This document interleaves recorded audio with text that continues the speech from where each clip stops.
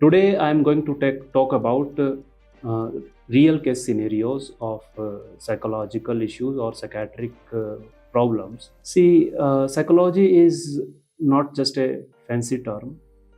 जैसे कि हम अक्सर आजकल बात करते रहते हैं, मेंटल हेल्थ के बारे में बहुत सारा डिस्कशन भी हो रहा है। सो कई बार हम लोग ये नहीं पहचान पाते कि कहाँ प्रॉब्लम एरिया है, किस लेवल का है, क्योंकि विजिबल नहीं होता है। जैसे मैं आपको कुछ केसेस बताता हूँ।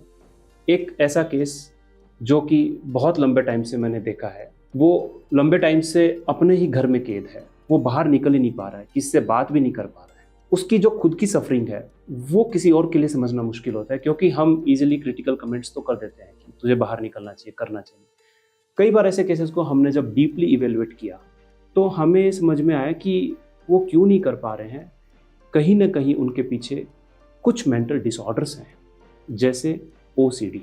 कई बार ओसीडी इतना सीवियर होता है कि इंसान घंटों घंटों बाथरूम में लगा देता है, 3, 4, 6 घंटे तक, कई बार 10 घंटे तक भी लगा सकता है।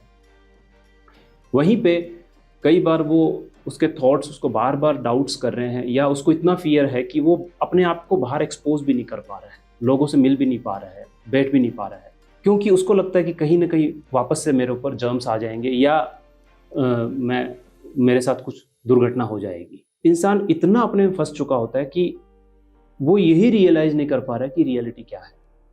और वहां पर रियल चैलेंज आता है। वहां पे जब हम लोग वाकई में उनके साथ जब ट्रीटमेंट स्टार्ट करते हैं तो हम पहले कुछ दिन सिर्फ असेसमेंट करते हैं कि आखिर ऐसा बिहेवियर क्यों हो रहा है। हमें खुद को भी रियलाइज होने में कि एक्चुअल उसके पीछे एक बड़ा मेंटल डिसऑर्डर है, हमें टाइम लग जाता है। कई बार तो ये भी हुआ है कि 2-3 महीने बाद पता लगता है कि डीप इनसाइड क्या मेंटल डिसऑर्डर है।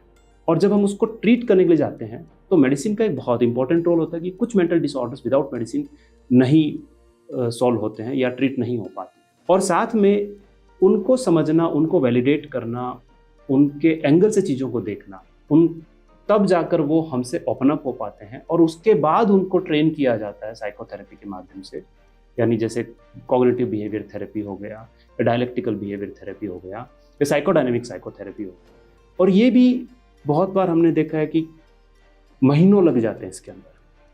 कई बार कुछ केसेस मेरे पास ऐसे हैं जिनको महीना, 2 महीना, 3 महीना, साल, 2 साल तक भी लग गए साइकोथेरेपी में। तो ये प्रॉब्लम जो है वो इतनी ईजी नहीं है जितनी दिखती है, जितना हम बोलते हैं। वाकई में ये बहुत टफ है, और हमारे एंगल से भी, एक डॉक्टर के एंगल से बहुत चैलेंजिंग होता है। और हर केस को हम लोग नहीं सॉल्व कर पाते, क्योंकि इतना पेशेंस उनमें भी होना चाहिए और हमें भी होना चाहिए। और उनको हम लोग समझ पाएं, उनके एंगल से हम देख पाएं कि एक्चुअली उनकी सफरिंग कितनी है। जैसे एक एग्जांपल और मैं आपको बताऊं कि एक लगभग 18 साल का या 17 साल का बच्चा हमारे पास आया, और पिछले 4-5 महीने से 4-5 साल से ये कंप्लेन थी कि वो पढ़ाई के अंदर धीरे धीरे डिग्रेड हो गया, डाउनग्रेड हो गया, जबकि वो पहले बहुत अच्छा परफॉर्म करता था स्टडीज के अंदर। ये चीज़ उनकी फैमिली के लिए समझना मुश्किल हो रहा था, और फैमिली के अंदर उनके साथ अपने साथ एक चैलेंजेस आने लगे कि वो आपस में स्ट्रगल करने लगे, आपस में उनके इंटरपर्सनल इश्यूज आने लग गए। तो फैमिली ने सिर्फ ये कह दिया कि ये पढ़ना नहीं चाह रहा है, या ये सिर्फ फ़ोन में लगा रहता है। पर जब हमने उनको एनालाइज किया तो हमें समझ में आया कि कहीं ना कहीं उनके अंदर कोई डिसऑर्डर है, चाहे वो ओसीडी हो, या वो एडीएचडी हो, या लर्निंग डिसऑर्डर हो। तो ये जो डिसऑर्डर्स हैं, ये बहुत मुश्किल से कई बार पहचान में आते हैं, और एक प्रोफेशनल अप्रोच इनको सामने ला सकते हैं। ठीक है, हम कॉमनली एंग्जाइटी और डिप्रेशन बोलते हैं, हम स्ट्रेस्ड अप हैं या मन नहीं लग रहा है, ये थोड़ा सा हम लोग ठीक है ओपनली बोल पाएंगे और बात भी कर पाएंगे। बट एक्चुअल सिनेरियो के अंदर बहुत सारे मेंटल डिसऑर्डर्स होते हैं। वहाँ कोर पे हमें पहुंचना जरूरी होता है, उसको अगर हम वाकई में सोल्व करना चाहते हैं। तो आई वुड से कि आप लोग अगर कुछ बिहेवियरल इश्यूज देख रहे हैं अपने किसी फैमिली मेंबर्स में या अपने आप में, तो उसको हल्के मत मानिए। खास तौर पर अगर वो कुछ महीनों से या कुछ सालों से बना हुआ है, तो उसको आप प्रॉपर इवेल्युएट करवाएं प्रोफेशनल से। प्रोफेशनल मीन्स मैं आपको पहला वर्ड साइकेट्रिस्ट ही बोलूंगा, बिकॉज साइकेट्रिस्ट मेडिकल एंगल से भी देखते हैं।